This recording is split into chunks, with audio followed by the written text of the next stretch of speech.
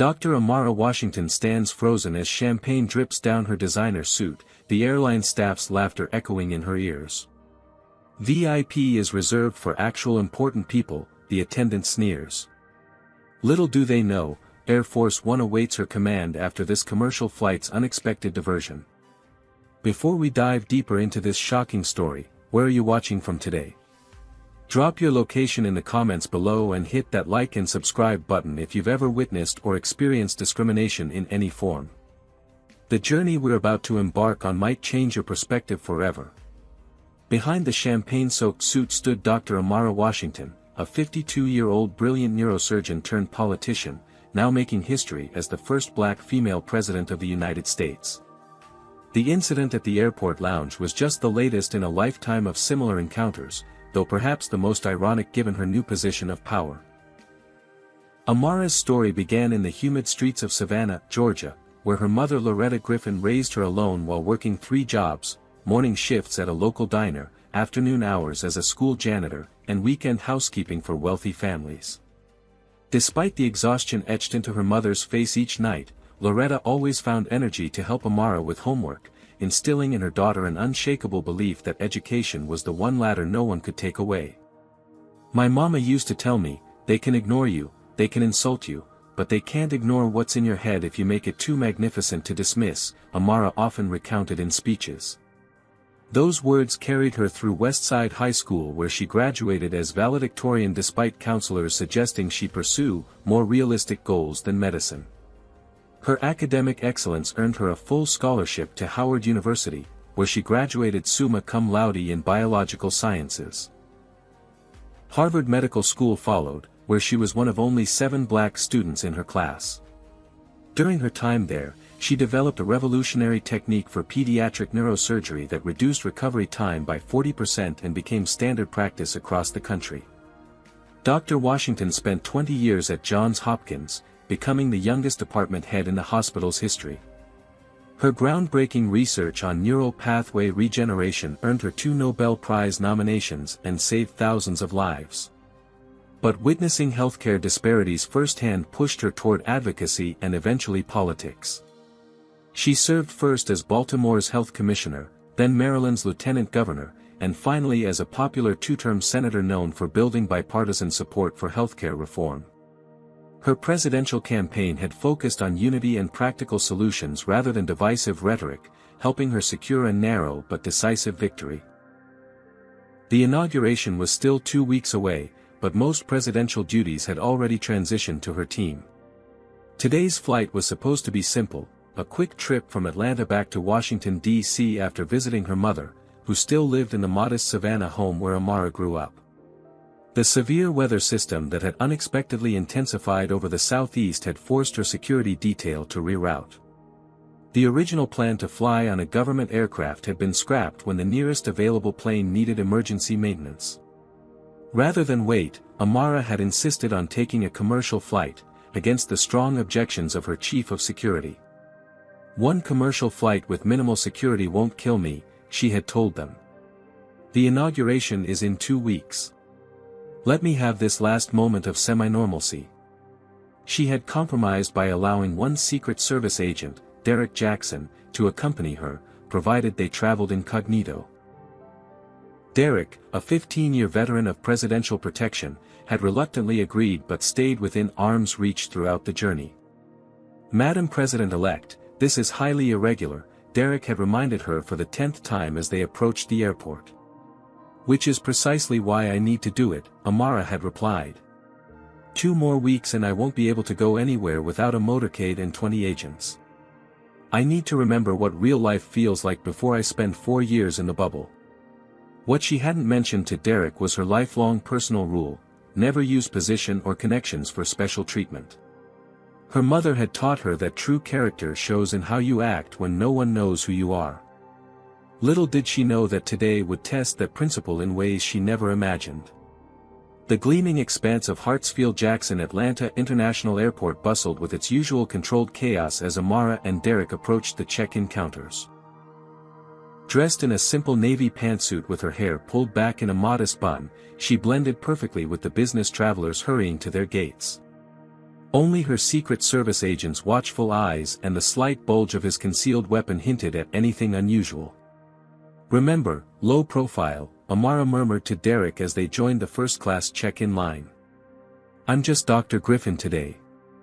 She had chosen to use her mother's maiden name, a common enough practice for public figures traveling privately and one that gave her a small taste of anonymity. When they reached the counter, the gate agent, a blonde woman whose name tag read Bethany Carter, barely glanced up from her computer. Her fingers tapped against the keyboard as she asked in a monotone voice, "Destination?" "Washington, D.C., Flight 1552, Amara replied with a warm smile. Bethany's eyes flicked up, quickly assessing Amara, and something in her expression shifted. The professional indifference hardened into something colder as she noticed the first-class tickets in Amara's hand. "Photo ID, please," she said, the warmth in her voice dropping several degrees. Amara provided her identification, which matched the Dr. Griffin name on the ticket, thanks to careful preparation by her staff. Bethany scrutinized the ID with unusual thoroughness, holding it up to the light and examining the holographic elements multiple times. "Is there a problem?" Amara asked, maintaining her composure. "These first-class tickets seem unusual," Bethany replied, her emphasis on unusual carrying an unmistakable subtext. "Were these purchased through a special promotion or employee discount program?" "No, they were purchased at full price through your airline's website," Amara answered calmly, though she felt the familiar knot forming in her stomach, one that had accompanied similar interactions throughout her life. "And it's definitely you in this photo ID." "The hair is quite different."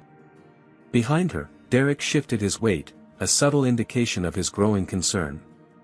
Amara placed a gentle hand on his arm without looking back, a signal they had established to stand down.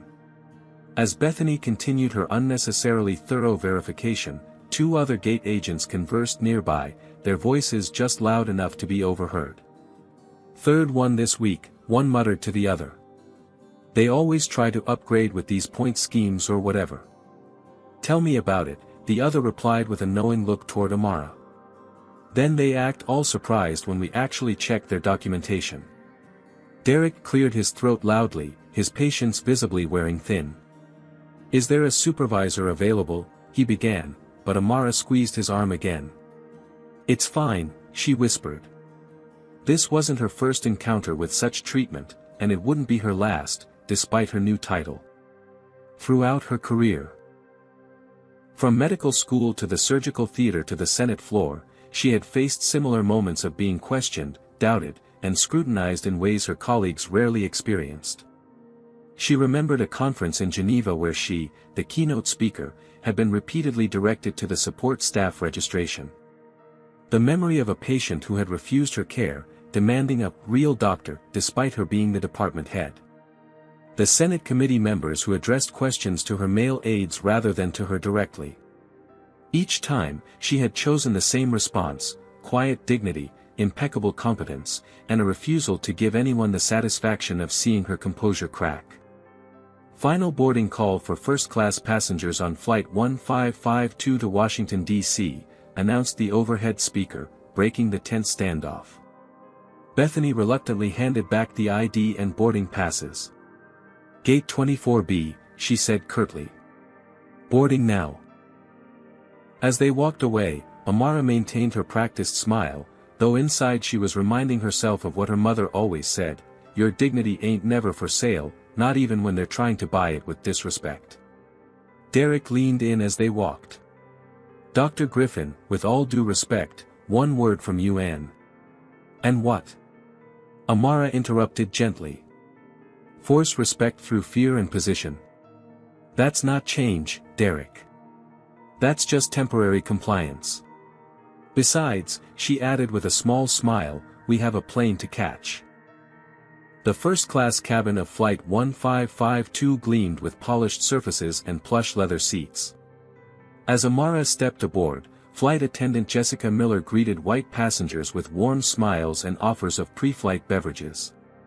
When Amara approached, Jessica's smile vanished, replaced by a professional mask of cool efficiency. "Boarding pass," Jessica requested, her tone clipped. She examined Amara's documentation with the same unnecessary scrutiny Bethany had displayed at check-in. 12. Window seat near the back of first class. Amara nodded politely and moved forward, aware of Jessica's eyes following her with obvious suspicion. As she located her seat, she noticed a middle-aged white man in the adjacent seat, 12B according to the configuration. His expensive watch and tailored suit marked him as a frequent business traveler. "Good afternoon," Amara greeted him as she prepared to take her seat. The man, whose later conversation with a flight attendant would identify him as Keith Harrington, looked up from his phone with a start. His eyes narrowed as he assessed Amara, then widened in apparent dismay. Without returning her greeting, he pressed the call button above his seat. Jessica appeared almost instantly. "Yes, sir. How can I help you?" Keith lowered his voice, but not enough to prevent Amara from hearing. "Is there another seat available? Perhaps closer to the front?" "Of course, Mr. Harrington. We have 4A available. Would you prefer that?" "Perfect. Thank you." Without a glance at Amara, Keith gathered his belongings and moved to his new seat, leaving her alone in the row. She took a deep breath and settled into her window seat, unzipping her briefcase to retrieve work documents. Years of similar experiences had taught her to always bring something productive to focus on during uncomfortable moments. Derek, seated across the aisle in 12C, caught her eye with a look that communicated his growing frustration. Amara gave him a subtle headshake. She had survived far worse than this. She had just opened a policy brief when another voice interrupted her concentration. "Excuse me, ma'am. There seems to be a mistake." Looking up, Amara found herself facing Bradley Thompson, the flight purser, a man in his late 40s with a neatly trimmed beard and the confident demeanor of someone accustomed to authority. "This section is first class," he said, his tone suggesting he was explaining something to a child. "Your boarding pass, please." For the third time, Amara produced her documentation. Bradley examined it with exaggerated care before saying, "This shows 12A, but you're in 12A window seat." "Yes," Amara replied calmly. 12A is a window seat according to the seating chart. Bradley's eyebrows rose. "Are you sure you haven't made a mistake? Perhaps you misunderstood the boarding process for first class." Derek shifted visibly in his seat, his hand moving slightly toward his jacket.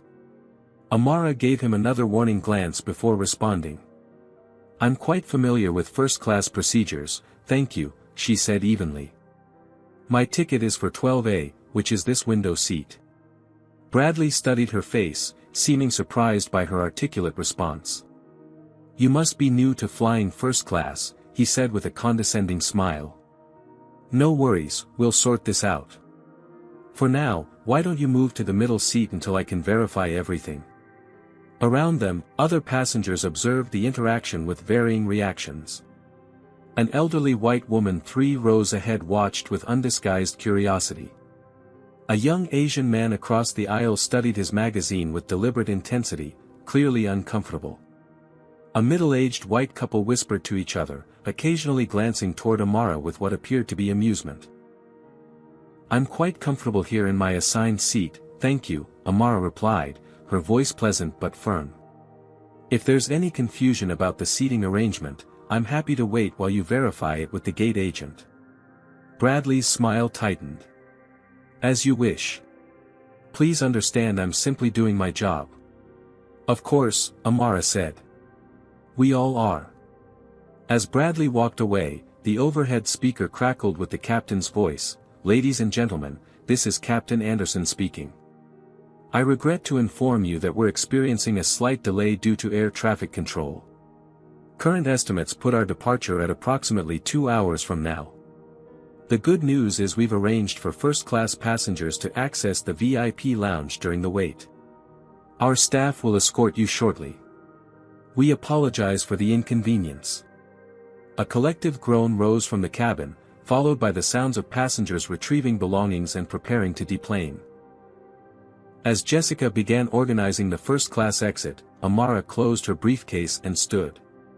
"Excuse me," she said to Jessica, who was carefully avoiding eye contact.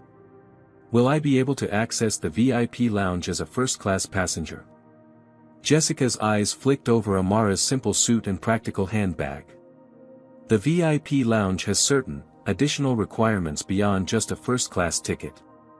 But you're welcome to try." With that cryptic response, Jessica turned away to assist Keith Harrington with his jacket. Derek moved to Amara's side, his expression grim. "Dr. Griffin," he murmured, using her cover name but injecting it with the respect her real title commanded, "perhaps we should consider alternative arrangements." "No," Amara replied quietly but firmly. "We're going to the VIP lounge, Derek." After all, she added with a small smile that didn't quite reach her eyes, "I'm a first-class passenger. What additional requirements could there possibly be?" The entrance to the Diamond Elite VIP lounge stood like a modern-day fortress, all sleek glass and polished metal, guarded not by armed sentinels but by a slim woman with platinum blonde hair styled in a perfect bob. Her pristine uniform bore a nameplate identifying her as Meredith Wilson, Elite Services Coordinator. Behind her, the promise of luxury beckoned, plush seating, complimentary champagne, and the hushed atmosphere of exclusivity. As the group of first-class passengers approached, Meredith's professional smile activated like a motion sensor. She gracefully checked credentials, greeting each white passenger by name if they were frequent flyers or with warm welcomes if they were new. "Mr. Harrington, lovely to see you again. Your usual seat by the window is available. Mrs. and Mr. Peterson, welcome back. We have a lovely Cabernet breathing just for you. Dr. Silverstein, it's been too long. Your Wi-Fi code is already set up." When Amara reached the entrance, Meredith's smile dimmed several watts. She extended her hand with practiced efficiency. "Membership card, please. I'm a first-class passenger on flight 1552, Amara explained. The captain announced we would have access during the delay. Meredith's perfectly shaped eyebrows arched slightly.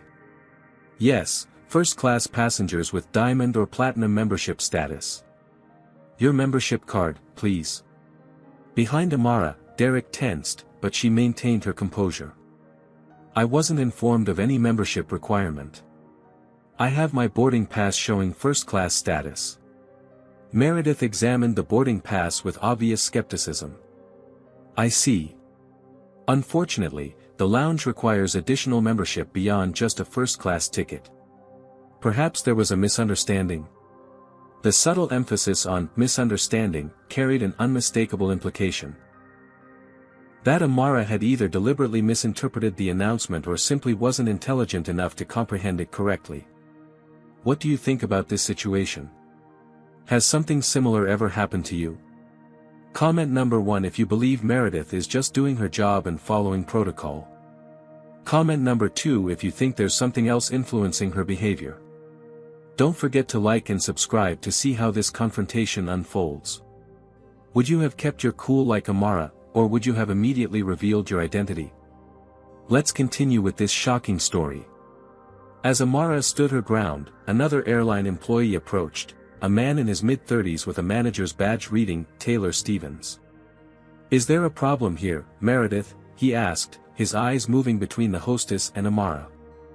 "This lady is attempting to access the lounge with just a first-class ticket, no membership," Meredith explained, her tone suggesting she was dealing with an attempted security breach rather than a simple misunderstanding. Taylor turned to Amara with the practiced smile of someone accustomed to denying service while maintaining plausible deniability. "I'm sorry, ma'am, but Meredith is correct. VIP lounge access requires Diamond Elite status in addition to a first-class ticket. It's clearly stated in our terms and conditions." "Interesting," Amara replied calmly. "Because Captain Anderson specifically announced that all first-class passengers would have access during this delay, with no mention of additional requirements." Taylor's smile didn't waver. "I'm sure you misheard. Perhaps you could enjoy our general waiting area. It's quite comfortable as well." Inside the lounge, servers circulated with trays of champagne flutes, offering them to seated passengers. Through the glass partition, Amara could see Keith Harrington accepting a glass with a satisfied smile. Their eyes met briefly, and he quickly looked away. "Is there someone else I could speak with about this policy?" Amara asked. "I am the manager on duty," Taylor replied, his tone hardening slightly. "And I've made the policy clear."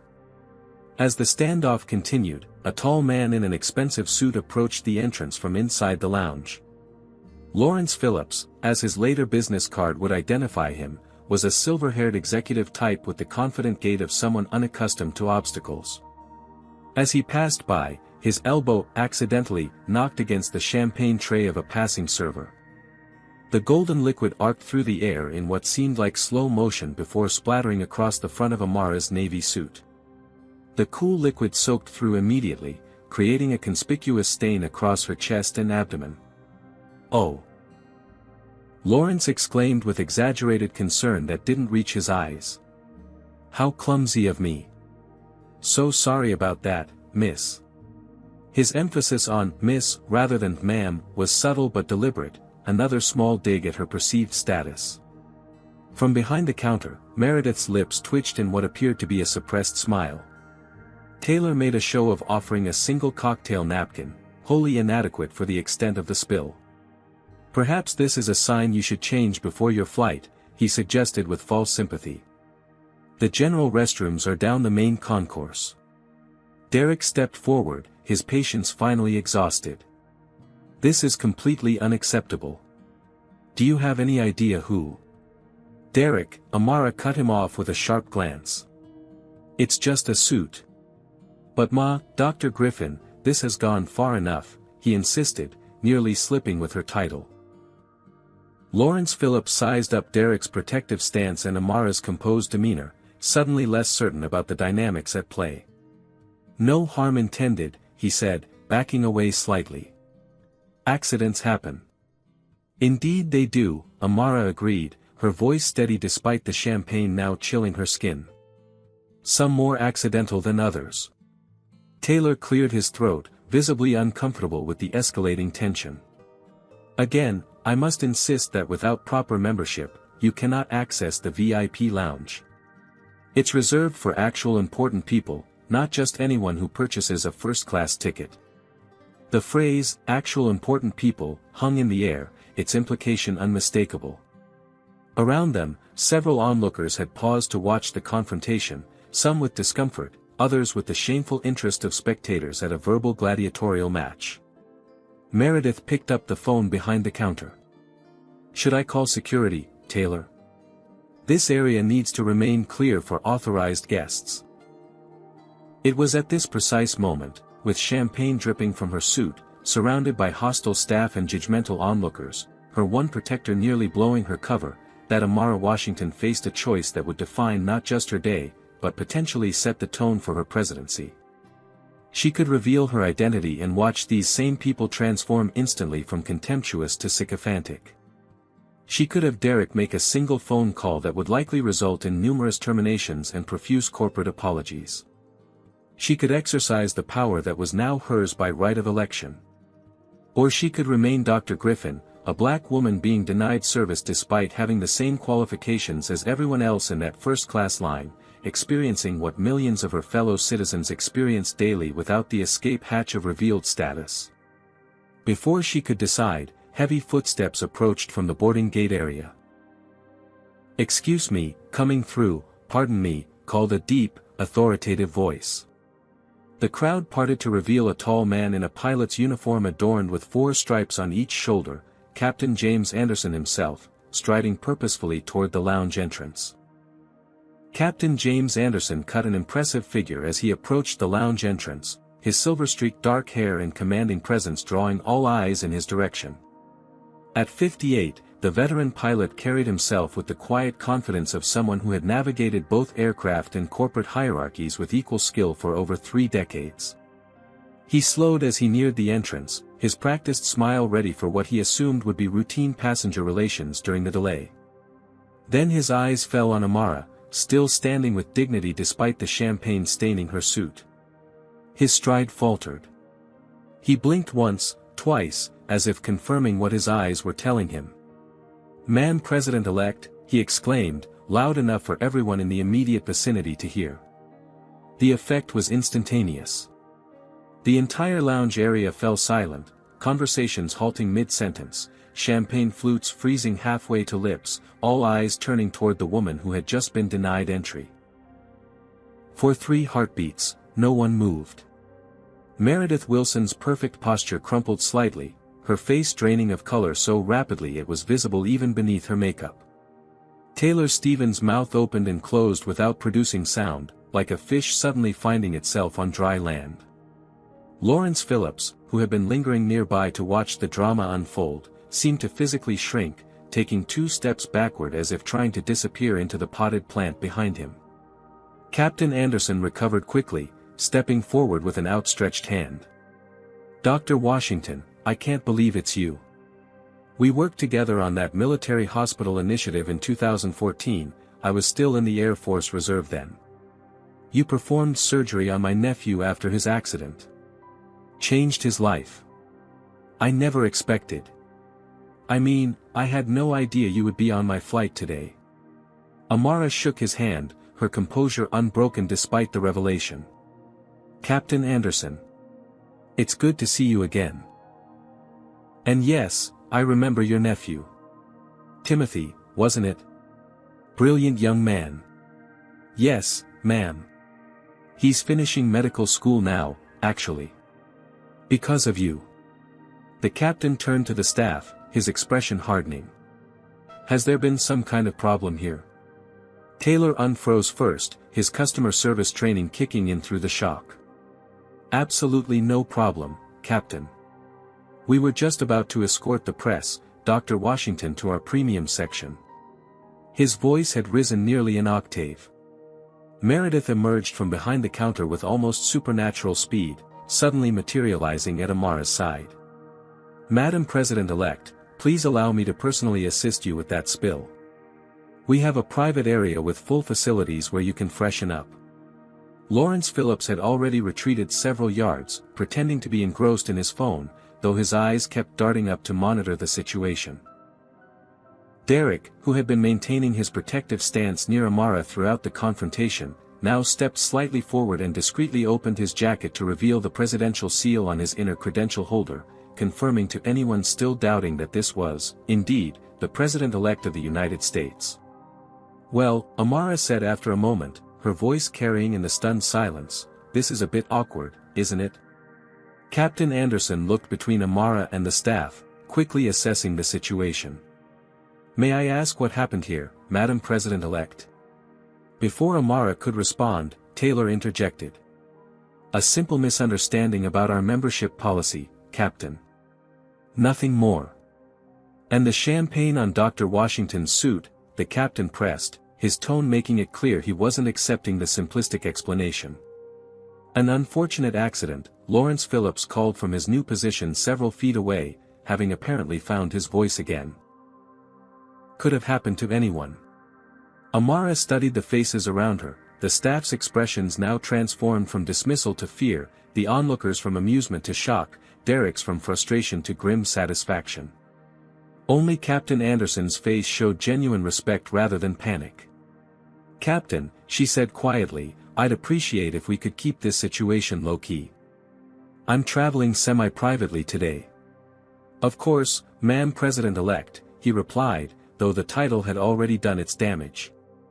Throughout the lounge, passengers were reaching for phones, and the whispers had begun to spread like wildfire. The entire dynamic had shifted in seconds. Where moments before Amara had been fighting for the basic respect afforded to other first-class passengers, now the pendulum had swung to the opposite extreme.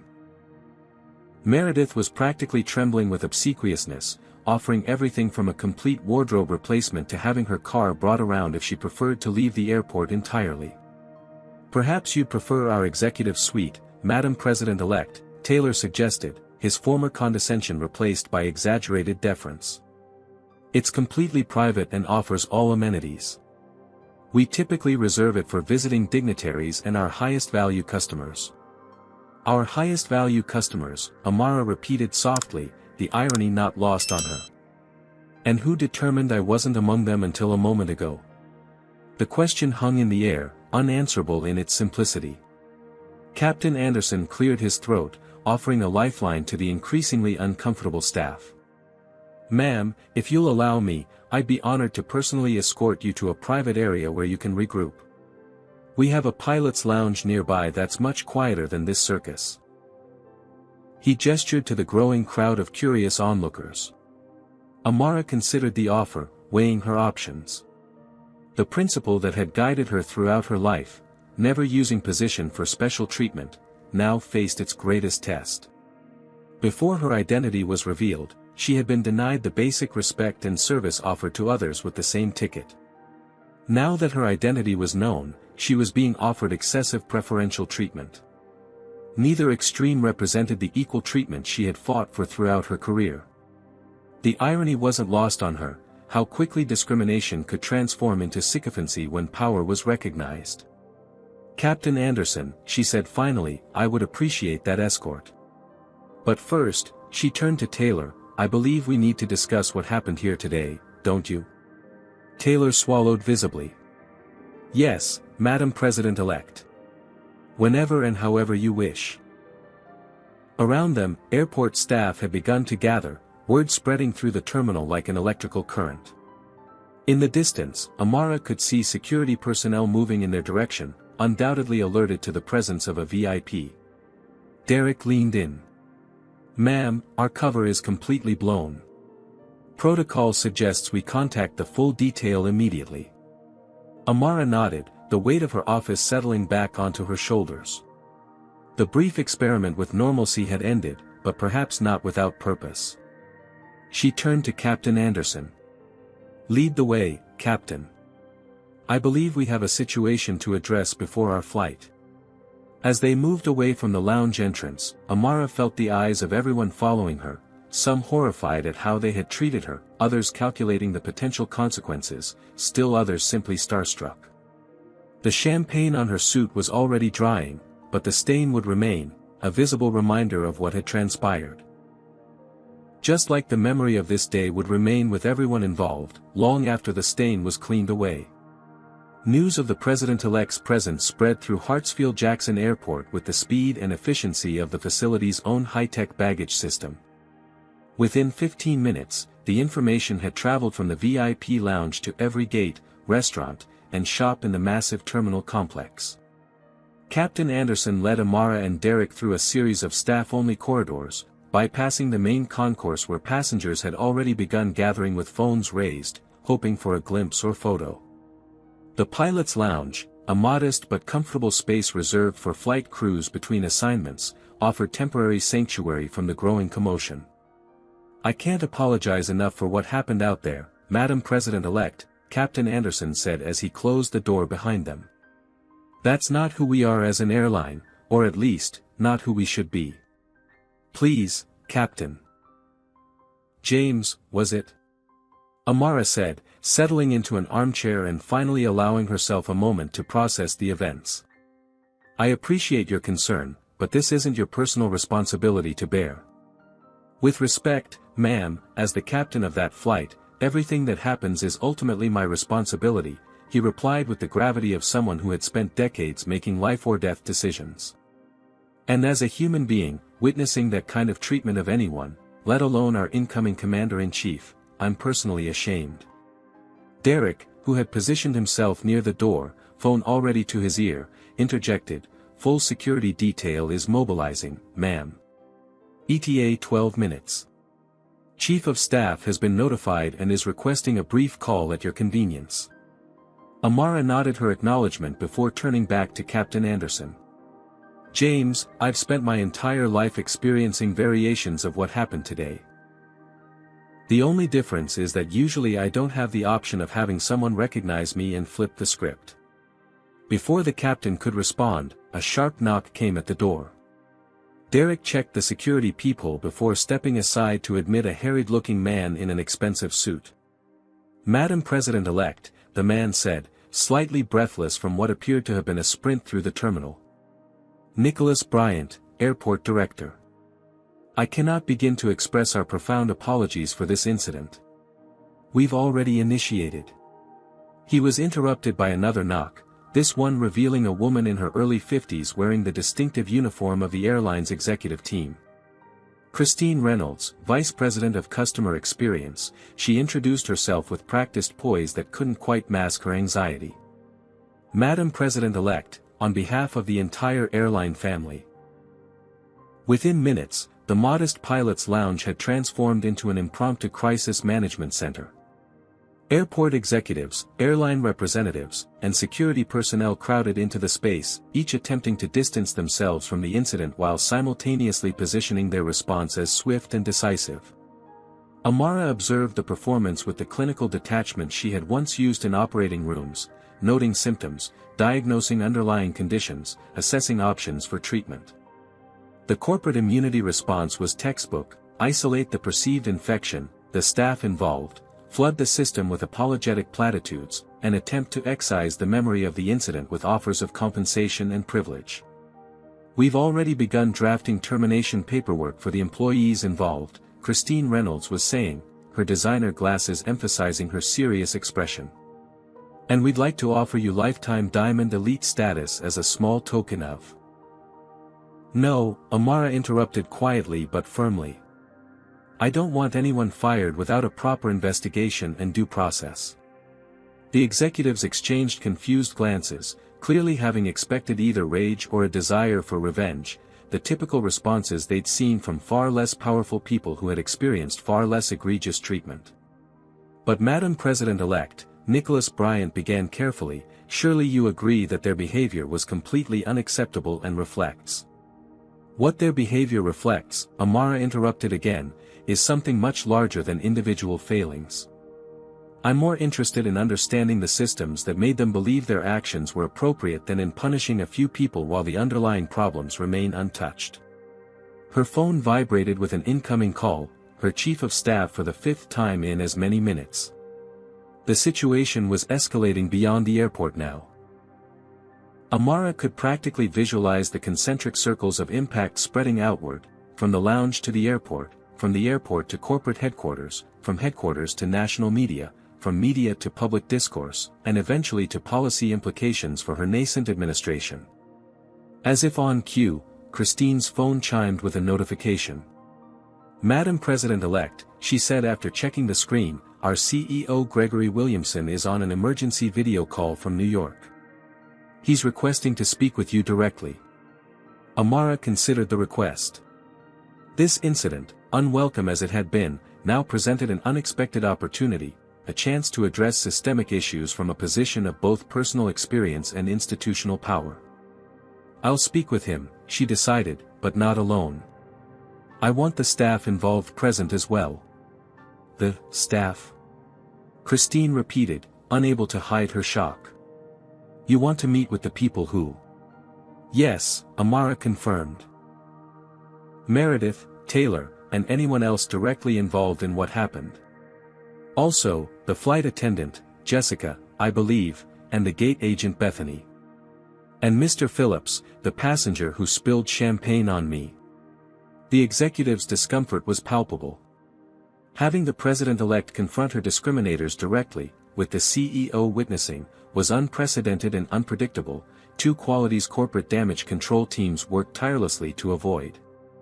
Madam President-elect, Nicholas began cautiously, while we completely support your desire for a thorough review, perhaps a more structured approach through proper channels.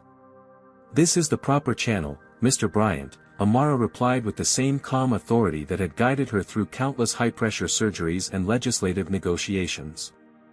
Direct communication with those involved, while the experience is still fresh. Before reports are sanitized and testimonies are rehearsed. Derek, who had been monitoring both the room and his communications devices, approached Amara. Ma'am, security detail has established a perimeter. Media presence is growing outside, someone leaked your location. And the story is already hitting social media with various levels of accuracy. Amara nodded, unsurprised. Thank you, Derek. Please inform them I'll be making no statements at this time. She turned back to the assembled executives. I need a conference room large enough for the meeting I've requested, secure from media and public view. Can that be arranged? The question wasn't really a question, it was a test of their willingness to accommodate an uncomfortable truth-seeking process rather than a convenient corporate resolution. After a moment of silent communication through glances, Christine nodded. We have a secure executive boardroom nearby. I'll have it prepared immediately. And the staff? Amara pressed. We'll locate them, Nicholas confirmed reluctantly. Good. And please ensure they understand they're not being summoned for punishment. This is about honest conversation, not retribution. As the executives dispersed to make arrangements, Captain Anderson, who had been quietly observing from near the door, approached Amara. If I may say so, Madam President-elect, this is not how most VIPs handle these situations. Amara smiled slightly. Perhaps that's precisely the problem, Captain. Too many people with power choose comfort over clarity, quick resolution over real change. My mother taught me that responsibility isn't just about what you can do, it's about what you should do. My crew and I stand ready to assist however you need, he offered. And for what it's worth, I think your approach is exactly what this industry, and maybe this country, has needed for a long time. Outside the protected bubble of the pilot's lounge, the airport continued its normal operations, gates filling and emptying in the perpetual rhythm of modern travel. But rippling through that normalcy was an undercurrent of anticipation, the shared awareness that something significant was unfolding, something that might, in its own way, alter the journey they were all on together. The executive boardroom on the airport's administrative level presented a stark contrast to the chaos unfolding in the public terminals. With its mahogany table, leather chairs, and soundproofed walls, it had been designed for high-level corporate decisions, not for uncomfortable conversations about racial bias and social inequality. Today, however, it would serve a different purpose. Amara sat at the center of the table's long side, Derek positioned unobtrusively behind her right shoulder. Directly across from her, a large video screen displayed the face of Gregory Williamson, the airline CEO, a man in his early 60s with carefully maintained silver hair and the practiced neutral expression of someone who had navigated countless corporate crises. To Amara's left and right sat the airport and airline executives, their body language betraying varying degrees of discomfort. And at the far end of the table, clustered together like reluctant witnesses at a trial, were the staff members involved in the incident, Meredith Wilson and Taylor Stevens from the VIP lounge, flight attendant Jessica Miller, gate agent Bethany Carter, and flight purser Bradley Thompson. Lawrence Phillips, the passenger who had spilled champagne on Amara, had been located in another terminal lounge and now sat slightly apart from the others, his expensive suit and confident posture suggesting he felt out of place among the airline staff. The tension in the room was thick enough to touch, a palpable pressure that seemed to compress the air itself. Most of the staff kept their eyes fixed on the table, though Taylor occasionally glanced toward the executives as if seeking guidance or reassurance. Amara allowed the silence to settle for a moment before speaking. Thank you all for joining me. I know this is unusual, and I appreciate your willingness to participate in what I hope will be an honest and productive conversation. From the screen, CEO Williamson nodded gravely. Madam President-elect, before we begin, please allow me to extend my deepest personal apologies for the inexcusable treatment you experienced today. I want to assure you that what happened does not reflect our company values or policies, and we are committed to taking immediate corrective action, including.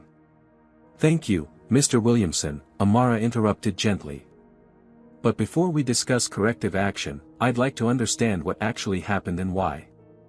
She turned her attention to the staff members, noting their nervous expressions. I want to be clear, this isn't about punishment. You aren't here to be reprimanded or terminated.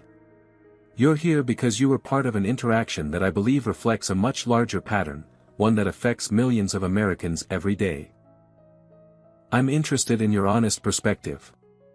The staff exchanged uncertain glances, clearly skeptical of her assurances. It was Bradley Thompson, the flight purser, who finally broke the ice. "With respect, Madam President-elect," he began, his voice steadier than might have been expected, "if this isn't about our jobs, what exactly is it about?" Amara considered the question. "It's about understanding. Throughout my life, as a student, a doctor, a senator, and now as President-elect, I've experienced countless variations of what happened today. The difference is that today, Captain Anderson recognized me, and suddenly everyone's behavior changed completely." She leaned forward slightly. "That transformation, from dismissal to deference in a matter of seconds, tells us something important about how we perceive and treat each other based on perceived status and identity. Don't you think that's worth examining?" The question hung in the air, both an invitation and a challenge. Taylor cleared his throat. "Madam President-elect, I want to emphasize that we were simply following standard protocols for VIP access. There was no racial." "Please, Taylor," Amara interjected. "Let's be honest with each other. Would you have subjected a middle-aged white man in a business suit to the same level of scrutiny and skepticism?" The directness of the question caused Taylor to falter. We treat all passengers according to the same standards." "Do you?" Amara pressed gently. "When was the last time you asked a white executive to move from their assigned first-class seat because you assumed they didn't belong there?" Bradley Thompson shifted uncomfortably. "Madam President-elect, if I may. Taylor's right about the protocols, but you're right too." He paused, seeming to gather courage. "I've worked for this airline for 22 years, and I've seen, hell, I've participated in, exactly what you're describing. We do make assumptions. We do treat people differently based on how they look." The admission seemed to release something in the room, a collective held breath finally exhaled. Meredith Wilson, who had been staring fixedly at her folded hands, looked up with tears in her eyes. "They train us to profile," she said, her voice barely above a whisper. "Not officially, of course. Nothing in writing. But the message is clear: protect the exclusive experience, maintain the premium environment, ensure the right kind of customers feel special." "And the right kind means?" Amara prompted. "People who look like they belong," Meredith admitted. "Which usually means white, affluent, and familiar." From the video screen, CEO Williamson looked alarmed. "Ms. Wilson, I must object to this characterization of our training programs, which explicitly prohibit any form of discrimination." "With all due respect, sir," Meredith continued with newfound determination, "the official training says one thing, but what happens on the floor is different. We're evaluated on customer satisfaction scores from premium passengers, not on equal treatment. When supervisors tell us to maintain the exclusive atmosphere, we all know exactly what that means." Taylor nodded reluctantly. "Our quarterly reviews include metrics on ambience maintenance and premium environment integrity. The unspoken understanding is that too many people who don't look the part in premium spaces lowers those scores." Lawrence Phillips, who had been observing with growing discomfort, interjected, "This is absurd. I've been a Diamond member for 15 years, and I've never witnessed any systematic discrimination. Individual misunderstandings happen, but to suggest there's some coordinated effort to exclude people based on race is simply..." "Mr. Phillips," Amara interrupted calmly, "you intentionally spilled champagne on my suit and then pretended it was an accident. Would you care to explain that particular misunderstanding?" Phillips' face flushed. I didn't, it was genuinely an accident." "So you maintain that your elbow just happened to hit that server's tray in a way that directed the champagne specifically onto me, after which you offered a half-hearted apology and walked away?" Amara's tone remained conversational, but her eyes held his steadily. Phillips looked away first. "I may have been frustrated by the disruption at the entrance. Perhaps I wasn't as careful as I should have been." Jessica Miller, the flight attendant who had remained silent until now, suddenly spoke up. "I see it every day," she said quietly. "The assumptions we make, the different standards we apply. When Mr. Harrington asked to change seats to avoid sitting next to you, I accommodated him without question. I didn't even consider how that might feel from your perspective. And I questioned your first-class ticket 3 times, Bethany Carter added, her voice thick with emotion. I've never done that with a white passenger. Not once in 7 years. She looked up, tears streaming down her face. My daughter is biracial. She's 9. What am I teaching her when I act like this at work? What kind of world am I helping to create for her? The rawness of Bethany's question seemed to shift the atmosphere in the room from defensive to reflective. Even Lawrence Phillips appeared affected, his earlier indignation giving way to uncomfortable self-examination. CEO Williamson cleared his throat. Madam President-elect, it seems we have a more significant issue than I initially realized. I assure you, we will conduct a comprehensive review of our training programs, incentive structures, and corporate culture. That's a start, Mr. Williamson, Amara acknowledged. But corporate reviews often focus on policies rather than people. What I'm hearing today suggests the problem runs deeper than what can be fixed with revised handbooks or additional training videos. She turned back to the staff. Each of you recognized what happened today was wrong, not just because of who I turned out to be, but because of how you treated who you thought I was. That recognition is the beginning of change. Bradley Thompson nodded slowly. When I started in this industry, I experienced plenty of discrimination as a gay man. I told myself I'd never make others feel the way I felt. Yet here I am, perpetuating a different version of the same problem. We all have blind spots, Amara said gently. The question is whether we're willing to acknowledge them and do the hard work of change. For the next hour, the conversation continued, painful at times, revelatory at others. Staff shared experiences of being pressured to enforce unwritten rules about who belonged in premium spaces. Executives admitted to incentive structures that inadvertently rewarded subtle forms of exclusion. Lawrence Phillips eventually acknowledged a pattern of entitlement in his own behavior that he had never previously examined. Throughout it all, Amara listened more than she spoke, asking questions that probed beneath surface explanations to reveal deeper truths. Her approach wasn't punitive but diagnostic, identifying symptoms to understand the underlying disease. As the conversation began to wind down, CEO Williamson spoke up again. Madam President-elect, I want to thank you for this unconventional approach. It would have been easier for everyone if you had simply accepted our apologies and compensation offers. Instead, you forced us to confront uncomfortable realities that might otherwise have remained unaddressed. Easier isn't always better, Mr. Williamson, Amara replied. And quick solutions rarely solve deep problems. What happens now? Meredith asked tentatively. For us, I mean. That depends partly on you, Amara said. What do you think should happen? The question seemed to surprise them. Corporate America had trained them to expect decisions imposed from above, not solicited from below.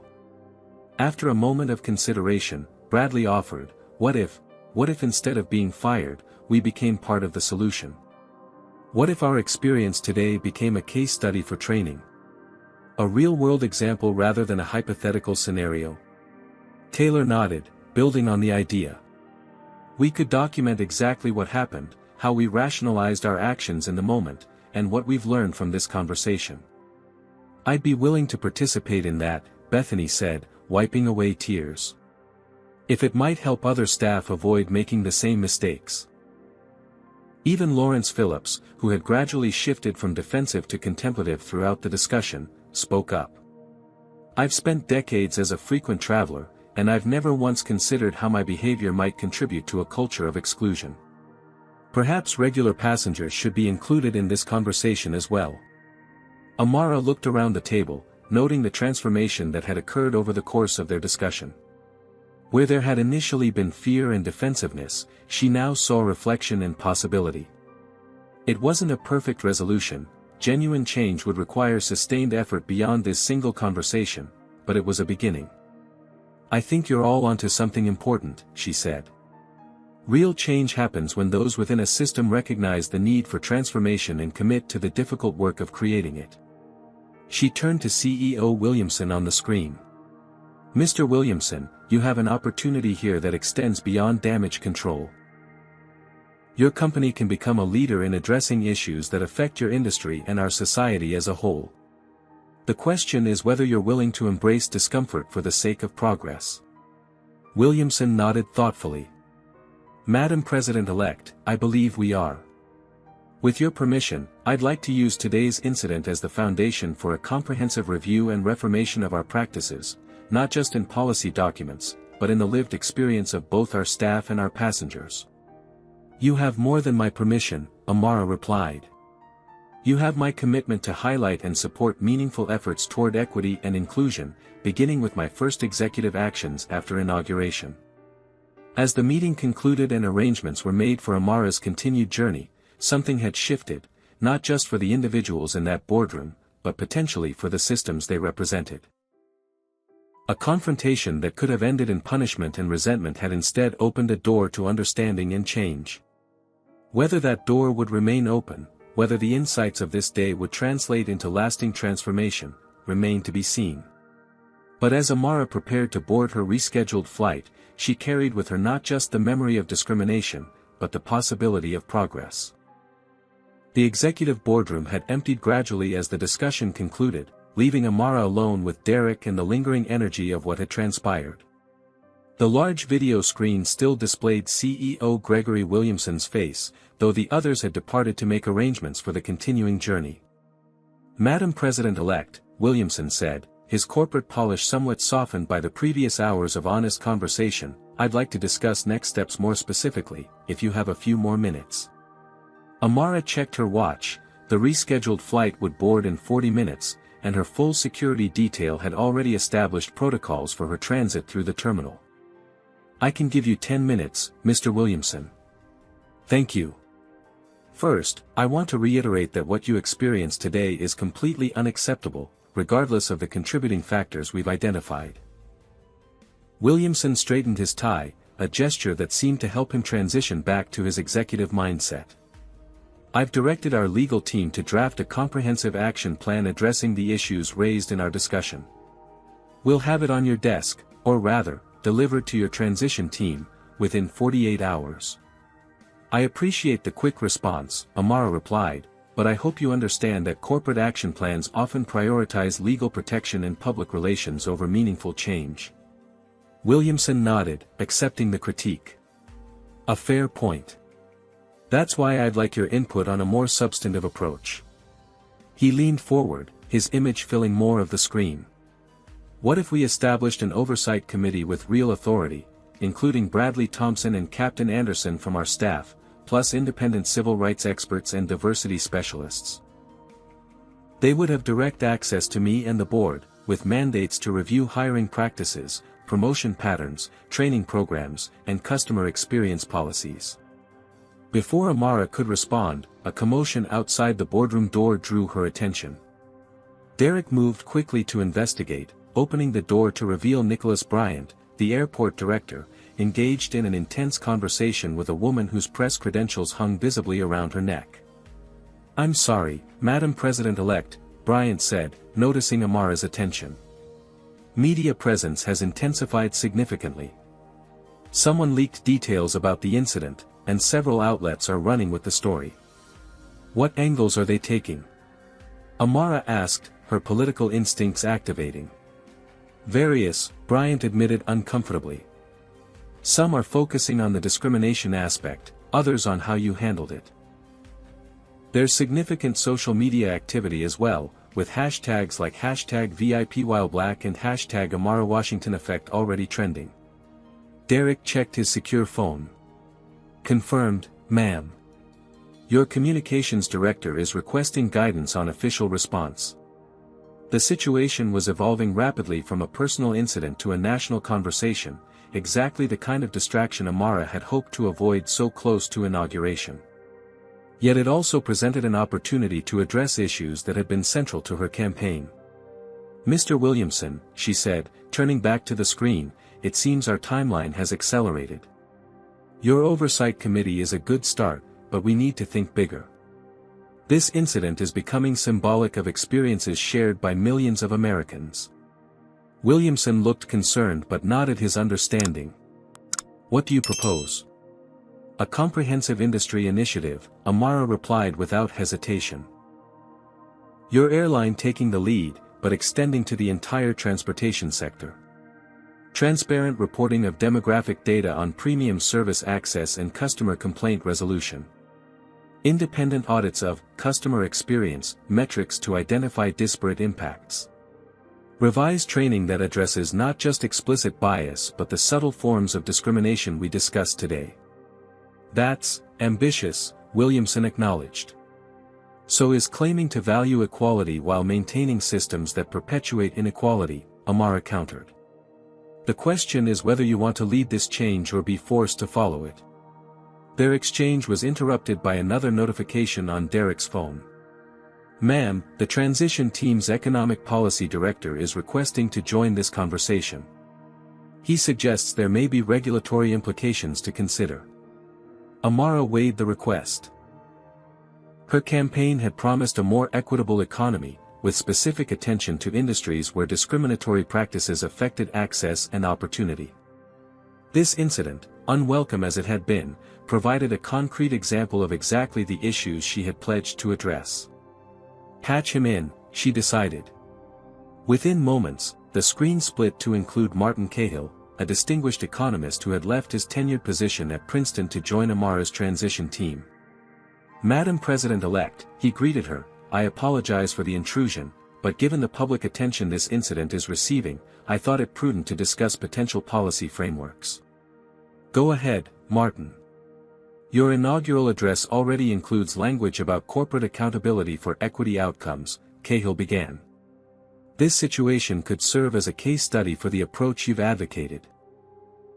Using federal contracting requirements and regulatory oversight to incentivize meaningful change rather than superficial compliance. Williamson's expression tightened slightly at the mention of regulations, but he remained engaged. As I mentioned to the President-elect, we're already committing to substantial internal reforms. Which are commendable, Cahill acknowledged, but individual corporate initiatives, however well-intentioned, rarely address industry-wide patterns. What happened today wasn't unique to your airline, Mr. Williamson. It reflects broader systemic issues that require structural solutions. The conversation had shifted from addressing a single incident to contemplating policy changes that could affect entire industries, exactly the kind of substantive discussion Amara had hoped would define her presidency rather than the symbolic politics that often dominated Washington. Outside the boardroom, the media presence continued to grow. Derek received updates on the evolving coverage, some of which had begun to speculate about potential executive actions the new administration might take in response to the incident. Within the secure room, the discussion between Amara, Williamson, and Cahill evolved into a substantive exploration of how corporate practices, economic incentives, and regulatory frameworks intersected to either reinforce or challenge existing patterns of discrimination.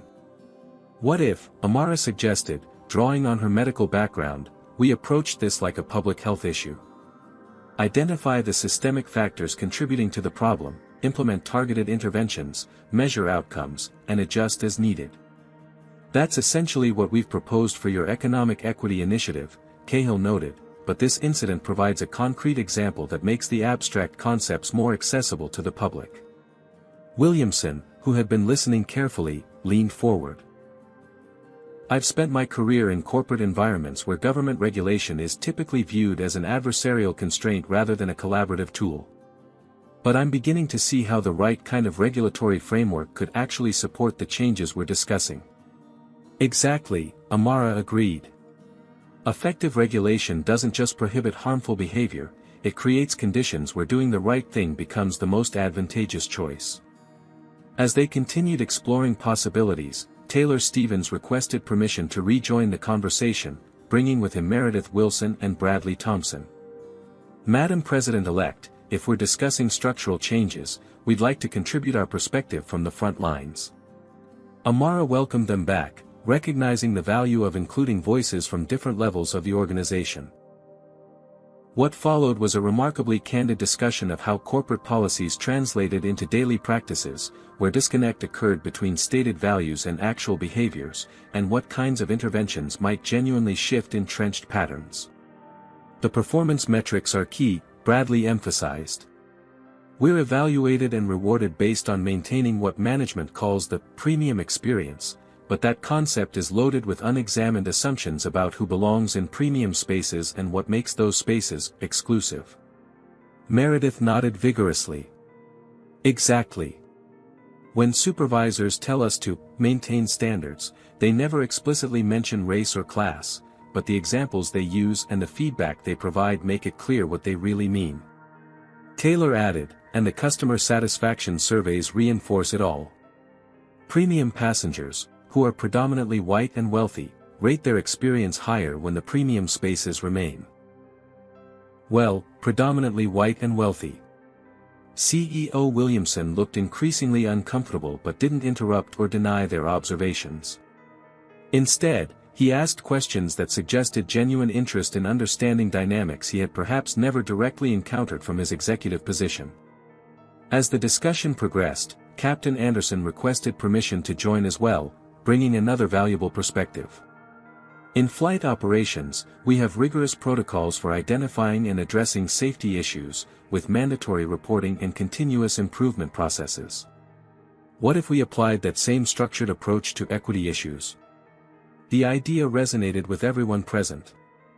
By the time their expanded conversation concluded, the outlines of a comprehensive approach had emerged, one that included revised metrics, reformed training, structural incentives, accountability mechanisms, and ongoing evaluation, all supported by appropriate regulatory frameworks. I believe we have the beginnings of something significant here, Williamson acknowledged. Not just a response to today's incident, but a model for addressing deeply embedded patterns across our industry and perhaps beyond.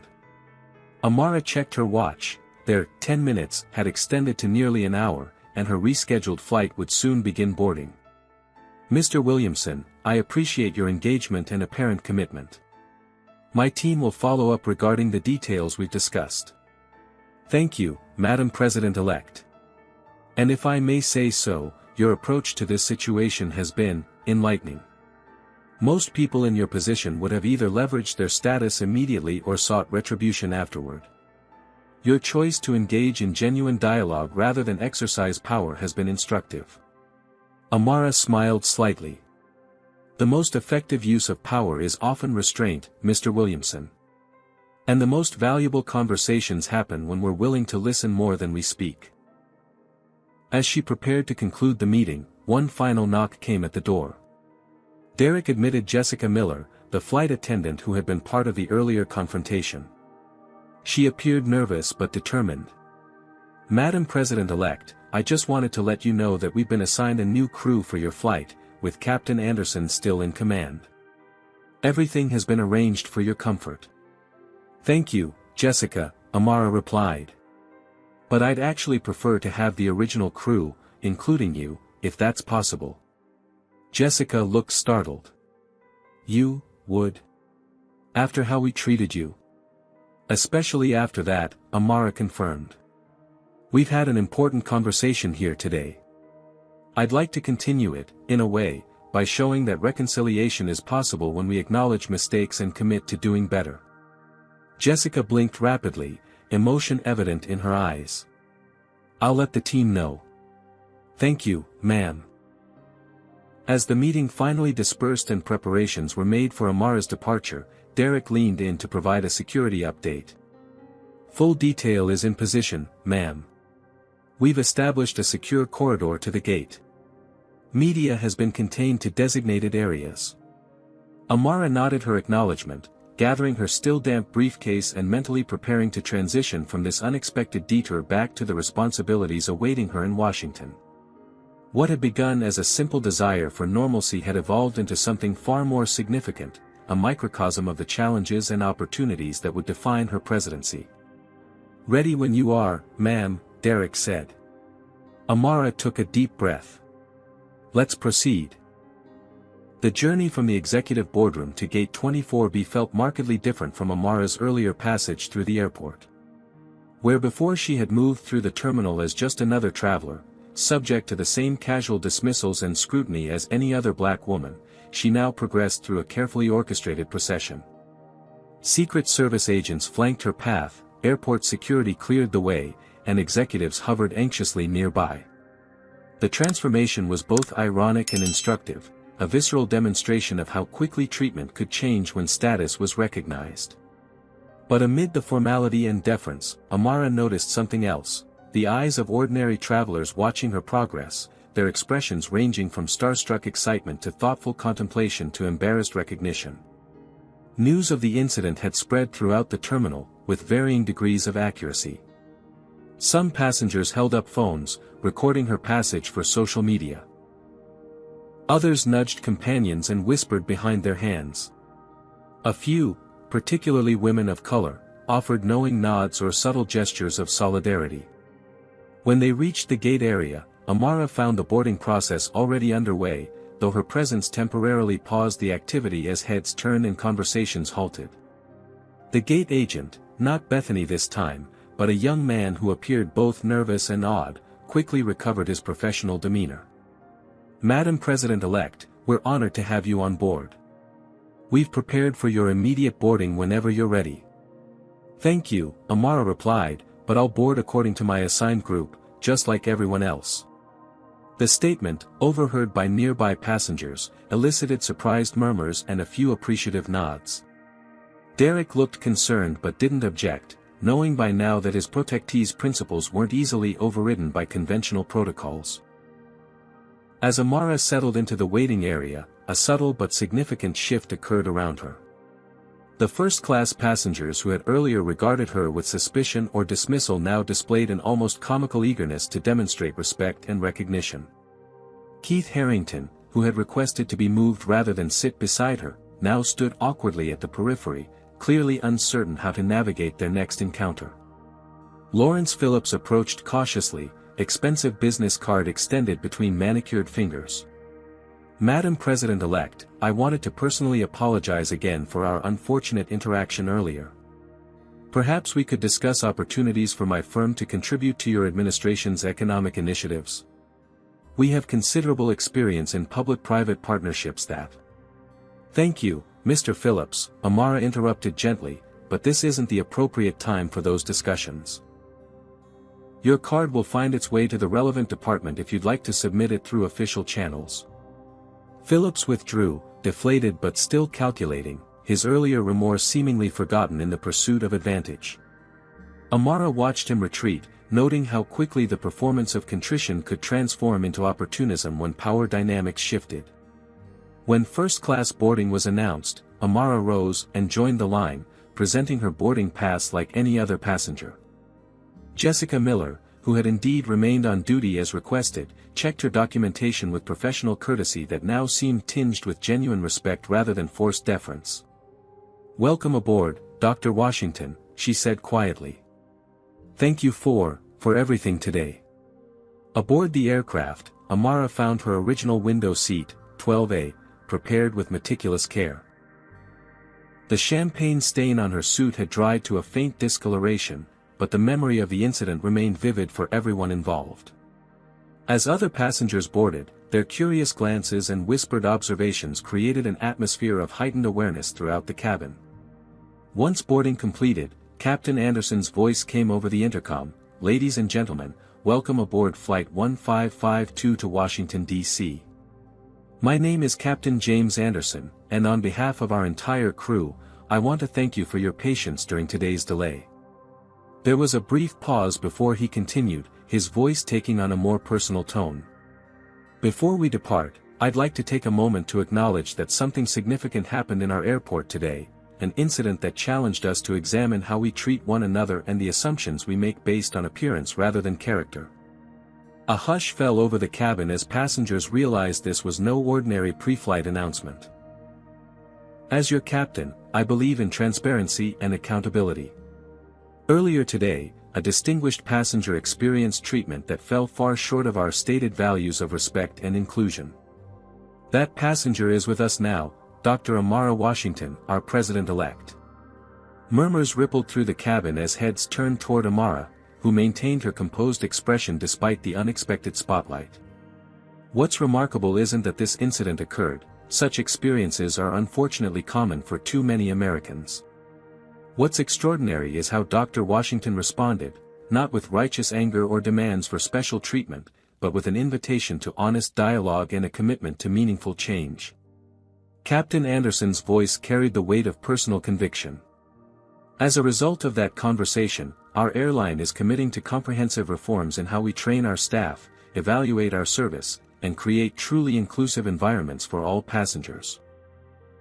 We hope you'll join us in reflecting on how we can each contribute to a society where dignity and respect aren't determined by appearance, title, or circumstance.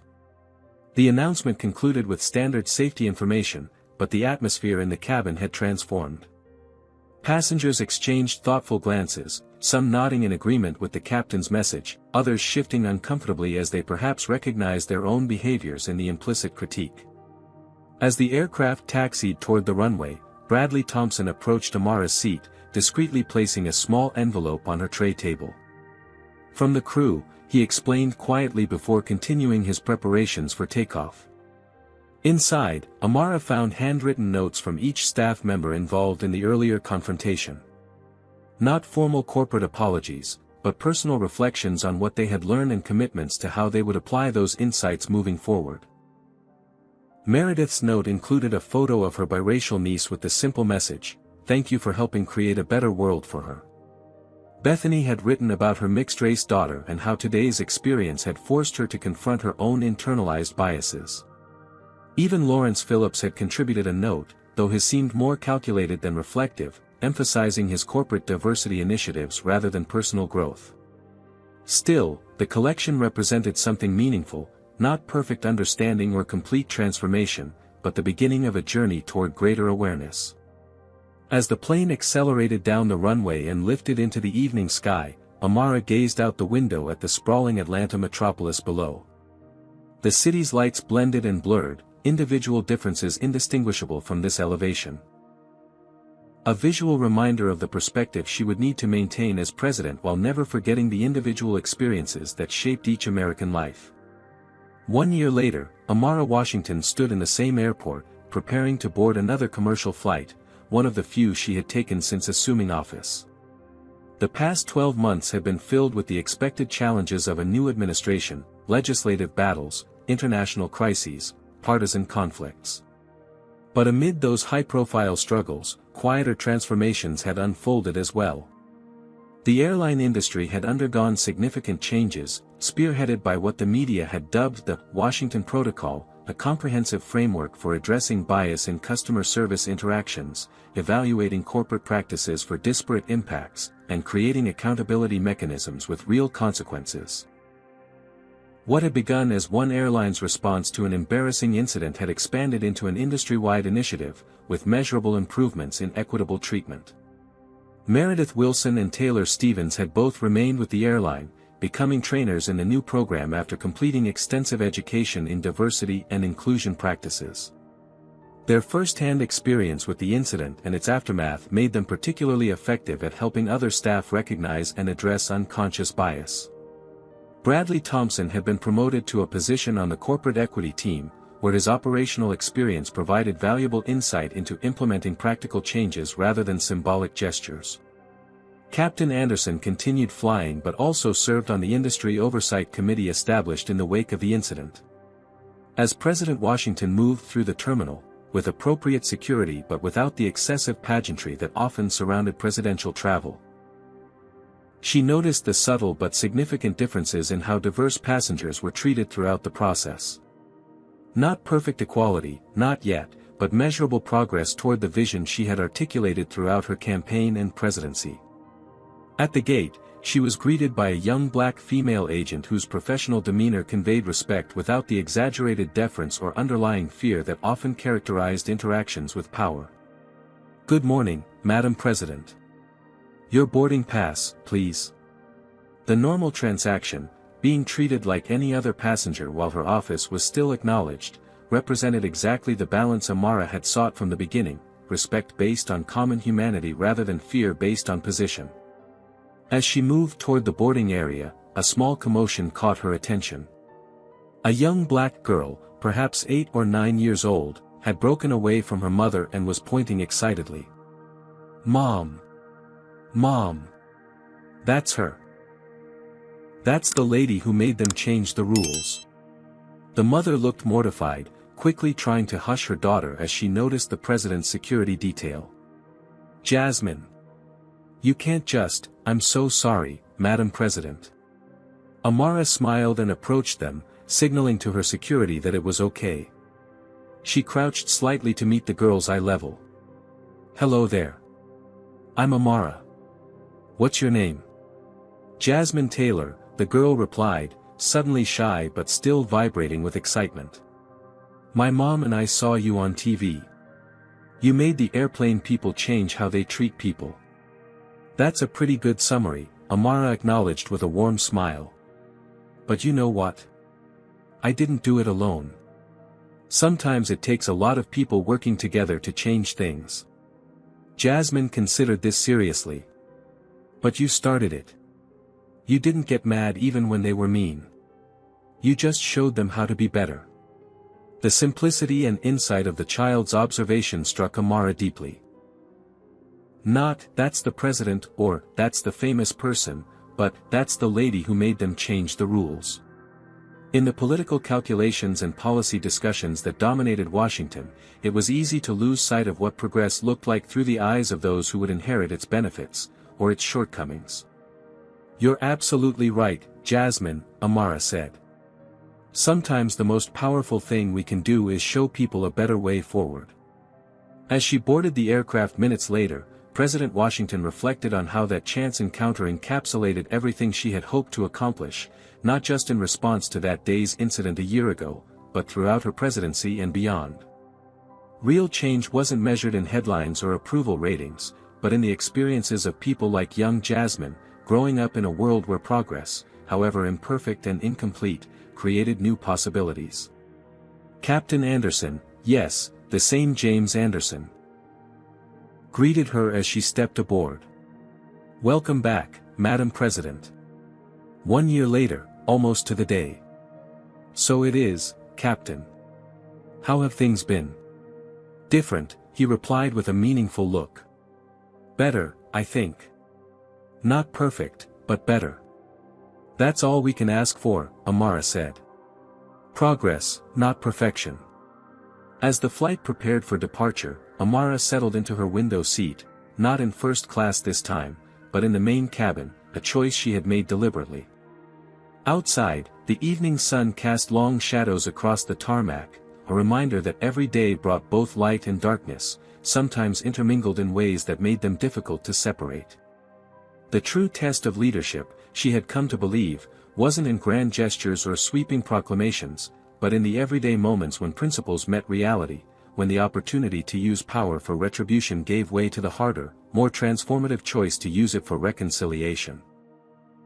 When the easy path of punishment yielded to the more challenging road of understanding and change. As the aircraft lifted into the sky, President Amara Washington looked out at the country spread below, a nation still grappling with its contradictions and complexities, still striving to live up to its highest ideals despite recurring failures and setbacks. The journey toward a more just and equitable society hadn't ended with that confrontation in the airport lounge a year ago. In many ways, it had only just begun. But beginnings, she knew, were powerful things. Sometimes all it took was one person refusing to accept the status quo, one conversation that penetrated defensive barriers, one moment when truth was spoken and truly heard. Sometimes all it took was the courage to stand firm in your humanity, even when others failed to recognize it, and the wisdom to offer them a path to recognition rather than retreat. What's your experience with discrimination or witnessing unfair treatment? Have you ever been in a situation where someone was judged based on appearance rather than character? Share your story in the comments below. If this video resonated with you, please hit that like button and subscribe to our channel for more powerful true stories that make us think differently about the world around us. Don't forget to hit the notification bell so you never miss an upload. Thank you for watching, and remember, real change begins with each of us choosing a better way forward. This powerful narrative illustrates how systemic discrimination operates beneath the surface of everyday interactions. Dr. Washington's experience reveals how bias persists even in premium spaces, where assumptions about who belongs are often based on appearance rather than qualifications. The story demonstrates that true leadership isn't about wielding power for punishment but using influence to create meaningful change. By choosing dialogue over retribution, Dr. Washington transformed an individual incident into systemic improvement. We see how quickly treatment changes when status is recognized, highlighting the superficiality of respect based solely on position rather than inherent dignity. This exposes the performative nature of corporate values that crumble under pressure.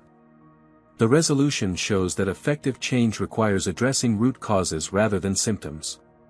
Quick fixes and apologies don't solve entrenched problems, only sustained effort and structural reforms create lasting transformation. Perhaps most importantly, the story reminds us that each of us faces daily choices, to perpetuate harmful systems or challenge them, to react with defensiveness or openness when confronted with our biases. Real progress happens not through grand gestures but through individual decisions to recognize humanity in others and stand firm in our own dignity. What's your experience with discrimination or witnessing unfair treatment? Have you ever been in a situation where someone was judged based on appearance rather than character? Share your story in the comments below. If this story resonated with you, please hit that like button and subscribe to our channel for more powerful true stories that make us think differently about the world around us. Don't forget to share this video with someone who needs to hear this message. Thank you for watching, and remember, real change begins with each of us choosing a better way forward.